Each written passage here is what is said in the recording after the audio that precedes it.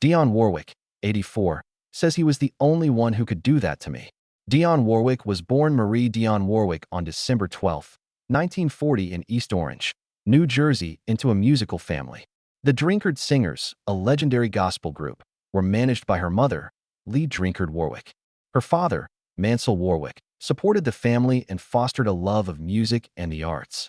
Dionne was raised with loud voices, intense worship, and African-American gospel music. Her close-knit family valued faith, resilience, and community. Dionne's childhood was filled with rehearsals, performances, and church services at the Warwick household. Dionne, her sister Dee Dee, and her aunt Cissy Houston formed the Gospelaires, a gospel trio. This ensemble helped Dionne establish her stage presence and vocal clarity, which would define her career. Her musical path was shaped by family. Dionne came from a tradition of excellent singers. Whitney Houston, her cousin, became a legendary singer.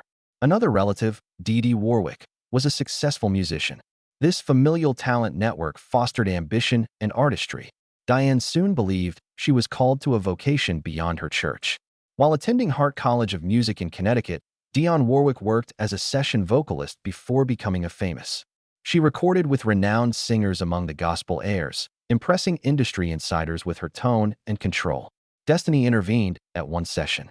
Dionne met Burt Bacharach and Hal David in the early 1960s. The trio would form a legendary music relationship. Bacharach was immediately taken by Dionne's vocal perfection and subtle emotion. The team used Hal David's heartbreaking lyrics to highlight Dionne's distinctive strengths, her ability to balance sophistication with warmth and vulnerability with confidence. Her 1962 song, Don't Make Me Over, launched a career that redefined pop and soul. With successes like Walk On By, Anyone Who Had a Heart, Message to Michael, I Say a Little Prayer, and Do You Know the Way to San Jose, Dionne's 1960s were her best. The songs went beyond radio success. They became cultural touchstones, merging beauty and accessibility and making Dionne Warwick a leading female vocalist. Warwick is known for her ageless work and enormous abundance of hits. With over 100 million records sold and 50 Billboard singles, she established a unique position. Her mezzo-soprano voice conveyed emotion, making every song she sang feel personal and universal. Dionne changed with popular music in the 1970s. She signed with Warner Brothers Records and later Arista Records, where Clive Davis helped her resurrect.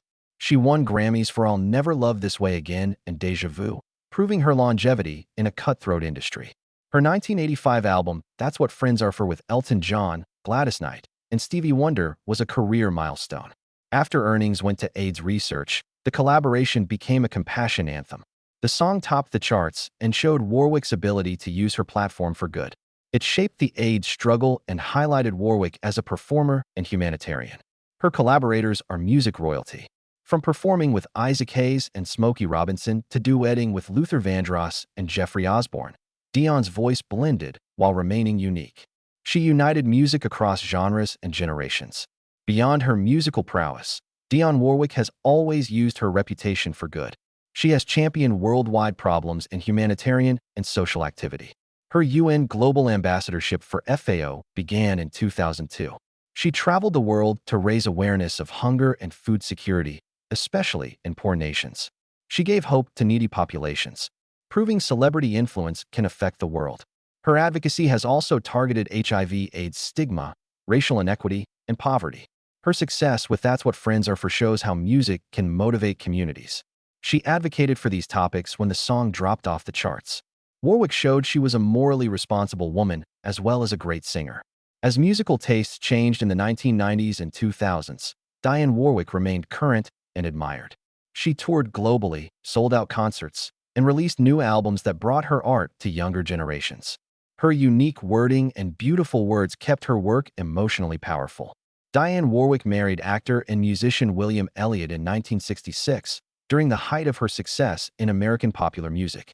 Their collaboration was notable not simply because Warwick was a household name with Burt Bacharach and Hal David hits, but also because Elliott was a great jazz drummer and occasional actor. Their shared passion of music and entertainment brought them together. Like many young couples juggling love, career, and fame, their marriage had its ups and downs. Warwick divorced a year later in May 1967, ending a brief but passionate relationship. However, Warwick and Elliott's story continued. They found their link too strong to break despite the stresses that prompted their initial separation. They rekindled their marriage after reconciliation. The couple remarried in August 1967 as a sentimental gesture, hosting their second wedding in Milan, Italy, a stunning city. Milan, a fashion capital, was a stunning setting for their renewed devotion. Remarriage represented hope, forgiveness, and future stability. In subsequent years, their family grew. When Dionne Warwick gave birth to her first son, David Elliott, in East Orange, New Jersey, on January 18, 1969, she was delighted. Warwick, despite her busy schedule as a worldwide star, loved motherhood after David's arrival. In East Orange, Warwick tried to balance her exceptional profession with the duties and joys of parenting. David would emulate his parents. Performing as a percussionist and vocalist reflects his artistic roots. Warwick had her second son, Damon Elliott, in 1973. With Damon's arrival, Warwick and Elliott had two boys in a creative, cultural, and show business-filled home. Damon, like his older brother, became a Grammy Award-winning producer and composer, working with some of the biggest names in modern music. Both his and David's careers reflect the musical atmosphere and inspiration they both had growing up in the Warwick-Elliott household. Despite family blessings and reconciliation attempts, Warwick and Elliott's marriage collapsed again due to entertainment pressures and personal conflicts. Their romance ended on May 30, 1975, after nearly a decade of trying. Warwick, who had always tried to balance work and family, was devastated to learn that her marriage could no longer survive. In December 1975, she received a divorce in Los Angeles, ending a passionate and turbulent marriage. Though their relationship failed, Warwick and Elliott's years together shaped her life. Their sons, David and Damon, would carry on their parents' musical and creative heritage and become her pride and delight. The challenges of marriage, reconciliation, motherhood, and divorce gave Warwick resilience and depth that influenced her life and work. Dionne Warwick, the iconic voice behind some of the most timeless hits in music history, shocked many at 84 by making a highly personal confession regarding Frank Sinatra. With a career of accomplishments, accolades, and interactions with show business's most notable individuals, Warwick has always maintained grace, honesty, and an unshakable presence. When she wrote about Sinatra, she showed unusual vulnerability, acknowledging that even someone as strong and self-assured as she could be deeply impacted by another's influence. She whispered, "He was the only one who could do that to me," bringing decades of memories. Sinatra was more than a fellow artist for poised and professional Dionne Warwick. He had an aura that could fool even the most experienced performer. Sinatra was confident and commanding, with a voice that could melt a room. Dionne often praised his ability to interpret a song with honest emotion that grabbed listeners. She stated you believed every word Frank sung. She studied and admired his ability to live in lyrics. That honor meant everything to Warwick, a vocalist recognized for her emotional candor. She described their meeting during American music's golden age. Both were at their peak in the 1960s and 1970s, performing on the same stages, attending the same events, and hanging out with industry icons. Sinatra stood out in such privileged company. Warwick said he commanded without speaking. When Sinatra entered a room, the atmosphere changed as if everyone automatically adjusted to his rhythm. After knowing several stars, Warwick had never felt that way about anyone else. Warwick said Sinatra lifted her musically and personally. He offered free guidance, especially on fame demands. "Babe, don't be boxed in," Frank said. "Sing what you feel and people will too."